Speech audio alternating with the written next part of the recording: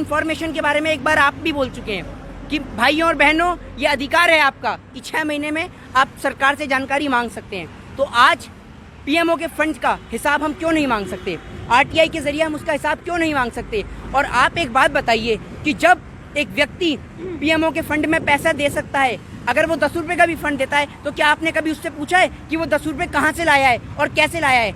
ये तो आप बड़ी जल्दी लेते हैं, और हिसाब देने में आपको किस तरीके का दर्द हो रहा है? दर्द मैं बता रहा हूँ किस तरीके का हो रहा है। अगर पीएमओ के फंड का हिसाब दे दिया तो अभी बिहार इलेक्शन है, बिहार इलेक्शन में भाजपा की सरकार कैसे खरीद फरोख्त का धंधा चलाएगी, कैसे एमएलए एमपीओ को खरीदेगी, कैसे सरकार बनाएगी? तो मैं आपको बताना चाहता हूँ कि खरीद फरोख्त का धंधा चलाने के मारे देश के प्रधानमंत्री जी मना कर रहे हैं। ये आरटीआई यूँ कह रहे हैं कि ये प्राइवेट है, आप इसका हिसाब नहीं ले सकते। क्यों नहीं ले सकते हम हिसाब? ये हमारा हक है और हमारा अधिकार है, और ये अधिकार हमसे कोई नहीं छीन सकता।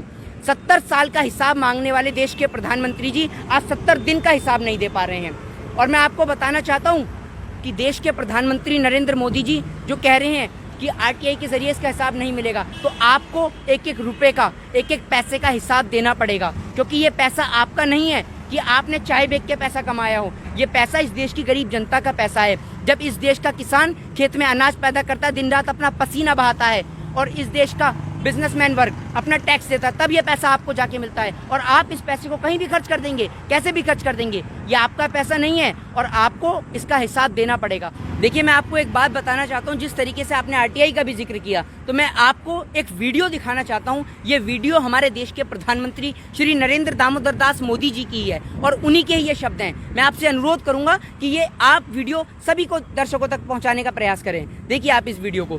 क्या भारत के नागरिक को दिल्ली सरकार के खजाने का खर्च कहां होता है वो जानने का अधिकार है? अगर देश के नागरिक को ये जानने का अधिकार है, और अगर वो कोई पूछे कि भारत सरकार की तिजोरी के पैसे कहां खर्च किए गए, वो गुनाह है? क्या ये पूछना सही है? राइट टू इंफॉर्मेशन, हमने लोकतंत्र को मजबूत बनाया है, तो आपको जानकारी देनी चाहिए कि नहीं देनी चाहिए? कानून में कहा गया है कि 3 महीने में जानकारी देनी पड़ती है। भाइयों बहनों, जब जानकारी छिपाई जाती है तब सवाल उठता है कि नहीं उठता है कि दाल में कुछ काला है।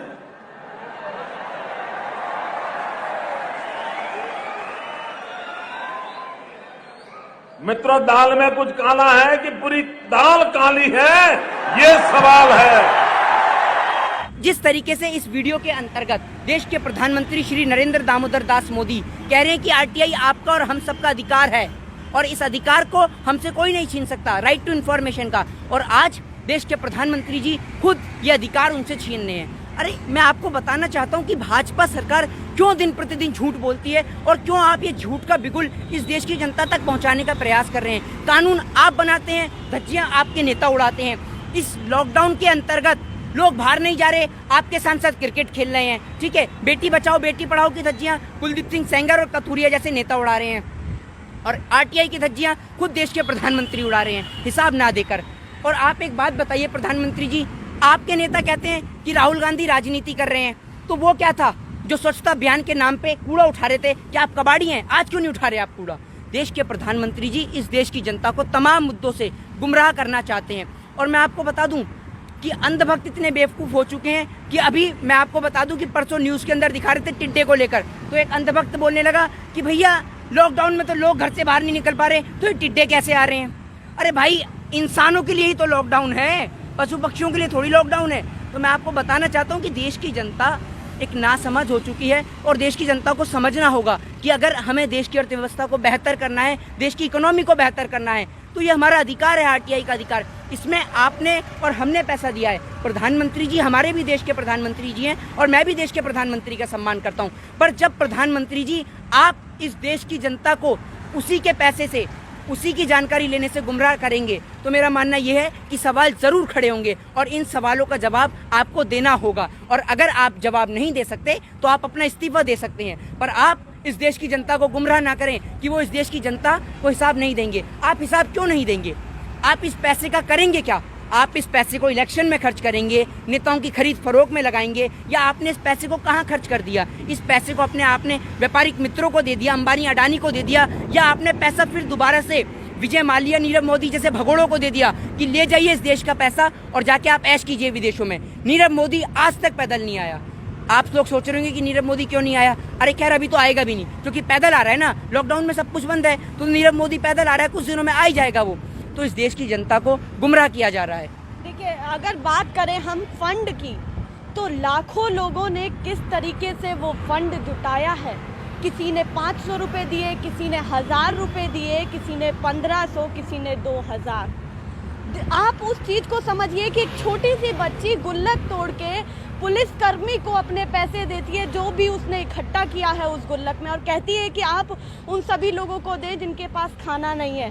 आप स्थिति को थोड़ा सा गौर से देखेंगे तो आप सोचिए कि क्या सवाल उठाना सही नहीं है, कि ये जानना कितना सही है कि वो कह देते हैं कि ये प्राइवेट अथॉरिटी है और लोग जुटा रहे हैं कैसे कैसे पैसा करके।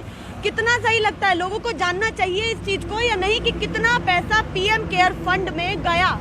देखिए, मैं आपको बता दूं कि जब देश के प्रधानमंत्री जी ने इस भाजपा की गवर्नमेंट में आरटीआई के अंदर संशोधन किया गया, तब भी हम लोग चुप बैठे थे कि चलिए कोई बात नहीं। पर जब आज आरटीआई के जरिए पीएम फंड का पता नहीं चल रहा, हिसाब पता नहीं चल रहा, आप कह रहे हैं प्राइवेट है। किस तरीके से प्राइवेट है प्रधानमंत्री जी? पैसा इस देश की गवर्नमेंट को दिया है। हमने किसी प्राइवेट बिजनेसमैन को पैसा नहीं दिया कि हम उससे हिसाब नहीं ले सकते। अगर हम सरकार को 2 रुपए का टैक्स देते हैं तो हम अधिकार रखते हैं कि हम उस सरकार से पूछ सकें कि आपने उस पैसे को खर्च किया तो कहाँ किया है। और आप आज हमें इसी जानकारी से वंचित रखना चाह रहे हैं। प्रधानमंत्री जी, आपको बताना होगा, और ये इस देश के तमाम लोगों का अधिकार है। और मैं इस देश के तमाम लोगों से कहना चाहूँगा कि इस देश के जागरूक नागरिक होने के नाते आपका भी ये फर्ज बनता है। जिस तरीके से एक छोटी बच्ची अपनी गुल्लक तोड़ के दे देती है, आपने तो 500 और 1000 की बात करी। मैं आपको बताना चाहता हूँ कि बड़े बड़े बिजनेसमैन ने, जो स्टील कंपनी है बड़ी बड़ी, उन्होंने करोड़ों रुपए का फंड इस देश की गवर्नमेंट को दिया है। इस देश की गवर्नमेंट कोरोना के नाम पे आप सोच सकते हैं कि हिसाब क्यों ना मांगा जाए। हिसाब की बात जब खड़ी होती है, जब पीपी किट में घोटाला निकलता है और उसमें फंसते हैं तो भाजपा के नेता, मास्क के घोटाले में फंसते हैं तो भाजपा नेता, तो आखिर हम हिसाब मांगे तो क्यों ना मांगे? जब आप पीपी किट में घोटाला कर सकते हैं, मास्क में घोटाला कर सकते हैं, तो हमें कैसे यकीन होगा कि जो हमने पैसा दिया है वो सही हाथों में पहुंच गया? तो इसलिए हमें उसका हिसाब चाहिए और आपको हिसाब देना होगा। अगर हर्ष कांदूपुरी की बात को बड़ी रखें या फिर प्रधानमंत्री या पीएमओ की बात को बड़ी रखें, तो पीएम मोदी ने ही संबोधित करते हुए, जनता को संबोधित करते हुए कहा था कि जनता को हक है कि सरकारी तिजोरी में कितना पैसा है वो जान सके आरटीआई के थ्रू। उन्होंने बताया कि राइट टू इंफॉर्मेशन। देखिए, मैं आपको बता दूं कि जिस तरीके से आपने अभी प्रधानमंत्री जी का जिक्र किया, प्रधानमंत्री जी की अगर मैं बात करना शुरू करूं ना, तो 6 साल भाजपा की गवर्नमेंट को भी पूरे हुए हैं। अगर मैं आपको बताना शुरू तो शायद मेरे शब्द कम पड़ जाएं, लेकिन प्रधानमंत्री जी के झूठ खत्म नहीं होते। प्रधानमंत्री जी, अभी जो कोरोना वायरस का समय चल रहा है, मजदूर पैदल जा रहे हैं, तो देश के प्रधानमंत्री जी ने एक बात ये भी कही थी कि हवाई चप्पल पहनने वाला हवाई यात्रा करे। तो क्या आपने देखा कि उस बेचारे मजदूर के पैर में चप्पल नहीं है और आप उससे हवाई यात्रा की बात कर रहे हैं? आप तो इस देश के मजदूरों का मजाक उड़ा रहे हैं प्रधानमंत्री जी। और आज आपने इस बात को साबित कर दिया कि आपने आरटीआई में पहले संशोधन किया और आज आपने आरटीआई की जानकारी से लोगों को वंचित करने का प्रयास किया। इस बात से हमें पहले शक था, पर आज आपने उसे यकीन में बदल दिया कि आपने इस देश की गरीब जनता का पैसा सिर्फ अपने व्यापारिक मित्रों के लिए खर्च करा है, और जहां आपको सरकार बनानी हो वहां आप इस पैसे का इस्तेमाल करेंगे, वरना आप इस पैसे का हमें हिसाब दीजिए। हर्ष कांदूपुरी ने एक और महत्वपूर्ण बात कही। उन्होंने कहा कि जब PMNRF है, prime minister national relief fund है, तो एक और फंड की क्या जरूरत पड़ी? ये तो आप शुक्र मानिए कि NRF है। आप कह रहे हैं कि रिलीफ फंड की क्या जरूरत पड़ी? अरे प्रधानमंत्री जी तो टिड्डी के नाम पे फंड मांग लें कि भैया टिड्डे आ रहे हैं, उनके नाम पे फंड दे दो हमें। प्रधानमंत्री जी का बस नहीं चल रहा। प्रधानमंत्री जी कहते हैं कि भैया टिड्डों को भगाने के लिए फंड चाहिए हमें, हमारे पास पैसा नहीं है। आप एक बात बताइए, प्रधानमंत्री जी लाखों करोड़ों रुपया सूट बूट पे खर्च कर देते हैं, विदेश यात्रा पे खर्च कर देते हैं, क्या इस देश की गरीब जनता के लिए आपके पास पैसा नहीं है? मैं आपको बता दूं कि प्रधानमंत्री जी कहते हैं कि भाइयों और बहनों, मित्रों, मैं तो गरीब परिवार से हूँ। जिस तरीके से आपने देखा, मैं एक बार फिर कहना चाहूंगा इस बात को कि मैं पहले भी इस बात का जिक्र कर चुका हूँ कि प्रधानमंत्री जी, आम का सीजन है, आप आम चूसिए, इस देश की गरीब जनता का खून मत चूसिए। जिस तरीके से आप मजदूरों का खून चूसे जा रहे हैं, मजदूरों का खून मत चूसिए, उन्हें ट्रेन की सुविधा मुहैया कराइए। और अब तो मुझे भी डर लगने लगा है कि अगर मुझे मुंबई जाना है तो मैं मुंबई की टिकट बुक कराऊं या गोवा की टिकट बुक कराऊं, क्योंकि भैया चलाने वाले ड्राइवर ही ऐसे हैं जो पता नहीं आपको कहां से कहां भेज दें।